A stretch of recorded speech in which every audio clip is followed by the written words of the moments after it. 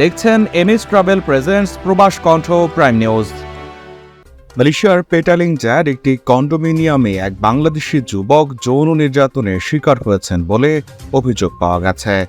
রোববার মালয়েশিয়ার পেটালিং জায়া জেলা পুলিশের প্রধান সহকারী কমিশনার শাহরুল নিজাম জাফর এক বিবৃতিতে বলেন, 25 বছর বয়সী বাংলাদেশি যুবক শনিবার 10টার দিকে থানায় অভিযোগ দায়ের করেছেন। আজ মালয়েশিয়ার একাধিক জাতীয় সংবাদপত্র এই খবর নিশ্চিত করেছে।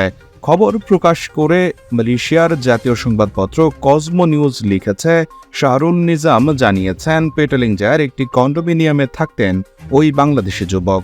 গত মার্চে কন্ডোমিনিয়ামের জিমনেশিয়ামে পরিচিত হন স্থানীয় এক যুবকের সঙ্গে।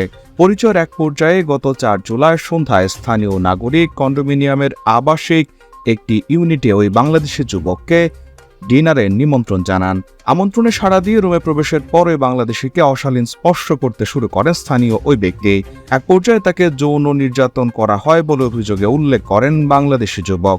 প্রতিবেশীরা এই বিব্রতকর ঘটনা শুনতে ও প্রত্যক্ষ করতে পারে এই ভয়ে অভিযোগকারী ওই বাংলাদেশি চিৎকার করেননি বলে জানায় পুলিশ। পুলিশ কর্মকর্তারা আরও জানান, অভিযোগকারী বাংলাদেশিকে ইউনিভার্সিটি মালায়া মেডিকেল সেন্টারে চিকিৎসা করাতে গেলে সেখানে ক্ষতের বিষয়টি নিশ্চিত করেন চিকিৎসক। পরে চিকিৎসা শেষ হয়ে বাংলাদেশিকে বাসায় ফেরত পাঠানো হয়েছে। মালয়েশিয়া প্রবাসীদের জন্য প্রতিদিন দারুণ সব অফারে বিমান টিকিট দিচ্ছে MH global travels. Dhaka, Kuala Lumpur, Dhaka সহ বিশ্বের যে কোনো গন্তব্যে সুলভ মূল্যে আপনার টিকিটটি পেতে আজই চলে আসুন কেএল মোনোরেল সেন্ট্রাল এর পাশে এনিউ সেন্টার বিল্ডিং এর অপোজিটে, অথবা কল করুন স্ক্রিনে দেওয়া নম্বরে। আমাদের কাছে কল করুন, ঘরে বসে টিকিট কাটুন। পুলিশ কমিশনার শাহরুল নিজাম বলেন, পেটালিং জায়া জেলা পুলিশ দণ্ডবিধির 377 ধারায় তদন্ত শুরু করেছে এবং পালিয়ে যাওয়া সন্দেহভাজন ব্যক্তিকে গ্রেপ্তার অভিযান চালাচ্ছে। একই সঙ্গে জনসাধারণকে নতুন পরিচিত জনদের সঙ্গে কথোপকথনের সময় সতর্ক থাকার পরামর্শ দেওয়া হচ্ছে। সেই অভিযুক্ত মালয়েশিয়ান নাগরিককে খুঁজতে তার ফ্ল্যাট অভিযান চালিয়ে সেখানে তাকে পাওয়া যায়নি।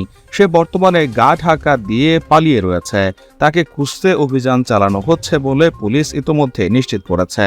একই সঙ্গে নতুন কারো সঙ্গে পরিচিত হওয়ার ক্ষেত্রে সতর্ক হতে আহ্বান জানানো হয়েছে। প্রবাস কণ্ঠ নিউজ ডেস্ক।